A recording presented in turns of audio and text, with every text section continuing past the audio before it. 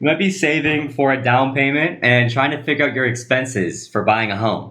There's one number that buyers forget or miss over altogether. And this number is actually what allows you to qualify for a home and determines how much house you truly can afford.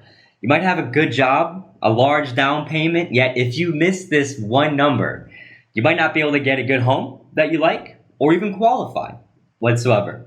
And as awesome as owning a home is, there are quite a few expenses. You've got utility, property taxes, long-term maintenance, 3 flavors of home insurance, maybe also a homeowners association fee. On top of that, you have all of your monthly, every month debts. You have car payments, credit card debt, likely student loans, maybe alimony or child support payments. Now each month, you bring in a certain amount of income, and you can only go so far. It only spreads so thin, and you're gonna have a house payment to top it off. So in order to know what this house payment can be, we got to know how much budget is left. And altogether, your income against your debts gives you one thing: your total debt to income ratio. Welcome to the video. My name is Jake. I'm a home loan expert and professional loan officer. I also invest in real estate. By the end of this video, you're going to be able to know exactly how much house you're eligible to buy and how much house you can afford. And there is a critical difference between affordability and eligibility. For your own sanity, you'll want to get this right. There's a couple of pieces to knowing how much house you can afford, your total income, and your total amount of debt each month. So what you do is simply take your gross annual income and divide it by 12. You can find this by checking your W-2 or your pay stubs. Now remember, it's gross pay. It's how much you earn before taxes are taken out and before expenses are taken out. Now gross pay is used so it's easy for everyone, all right? Otherwise people have money going into 401ks, different tax deductions. It gets all complicated, right? So we just use gross. Take your debts and add up all of your debts, things you have to pay back. Not any services you can cancel, not your phone bill, utilities. Technically, you can turn all that stuff off. I don't know many people who would, but they're not counted as debts, right? They're counted as expenses. Those are just bills. So that's important to know the difference. Debts are things like, at least in this context, are car payments, credit cards, alimony, child support payments. Make certain those are included and make sure to tell me if you have those because I can help you with that. Now, take the total amount of debts and simply divide it by your total income. This will give you your debt to income ratio, or DTI for short. So if you make $60,000 a year, you'll make $5,000 a month gross. Now, let's just say we have a $400 car payment, $200 student loans, and a $400 alimony payment. So we have $1,000 worth of debt. Now we divided by $5,000 worth of income, and that gives us a DTI of 20%. Now you're eligible to go up to 56, a DTI of 56%. The standard default DTI is 43%, yet depending on loan programs, your income, assets, credit score, and so forth, you can actually go up to 56%.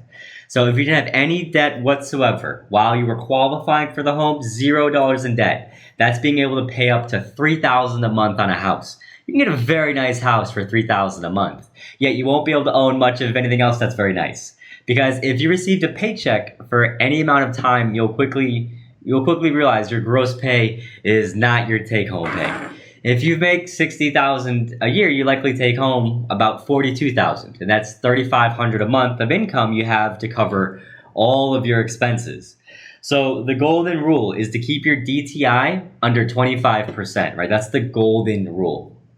Okay, DTI under 25% of your take-home pay. In other words, your total housing payment should be less than 25% of your total take-home pay. Now, here's the point of the 25%. It's not magic. It didn't just come out of nowhere. The point is, long-term, over the next 5 or 10 years, if you have a house payment that eats up all of your income, you have no money. And that's how deep the 25% is, right? Because people, you can get quoted up to 56% of your income, and you're up to your chest. You can't even breathe. You're in so much debt. You make the slightest slip up and you're behind. You can get qualified for a loan that's 35% of your take-home pay easily. Easily. And then you're irritated buying groceries, you're pinching pennies on things you really want, buying cheap, because you have to, and you're under constant financial pain because you become increasingly cash poor. So that 25% gives you room for your investments, your kids' college fund, Christmas and the holidays, a car replacement fund. Allows you to start your 401k and baby step for your future investments. And if you get up around 35%, you start to be in a strain. You just can't just say, oh, no worries, I'll just put this $5,000 vacation on a credit card. As soon as you start rationalizing, you start falling deeper than the average American who's $53,000 in debt. So that's where it comes from. Now, the bank doesn't consider all of that. That's up to you. And that's where working with a professional team comes in who's just looking out for you and helping you see even further ahead. The bank really only wants to see, what do you really have discretionary income available? So in this case, that's 25% of $3,500 or $875 a month. Now, what you can do is ballpark the total sales price of a home you can afford based on the maximum amount of monthly house payment that you want to make. So if you take this 875 and you just Google mortgage calculator, type mortgage calculator into Google, you'll get this simple little Google calculator pop up right in the search engine. And then you can just reverse engineer to see, okay, the total amount of the loan that over the 30 years, this $875 a month will pay off. Keep in mind, this is a number you want to have ready before you go house hunting. And this is exactly what your loan officer will help you determine, as well as find creative ways to lower that monthly payment, as well as reduce your overall cash to close so you can comfortably afford more house payment.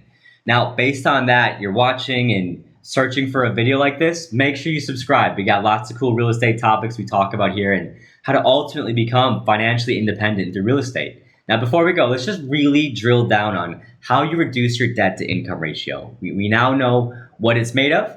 And I look at it like this. I can change it in a number of ways. I've got my debts and I've got my income. So for example, if you pushed and you got a raise at work, then your income would go up and your debts didn't change. Then that ratio would change in your favor. Your debt to income ratio would lower. You have a higher income and your debt stayed the same. So that lowers your overall debt. So from a 30% down to a 25%.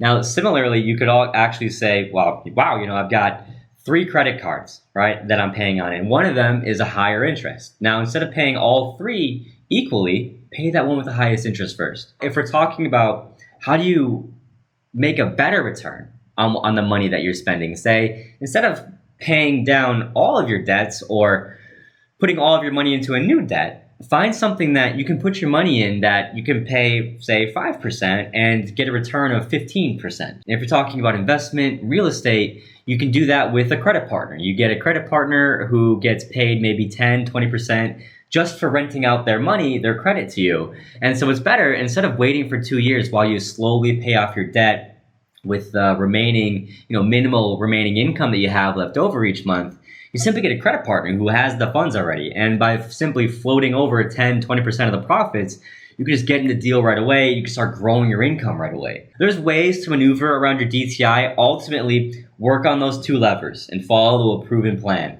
Ask yourself, what's my plan for reducing my debts? And what's my plan for increasing my income?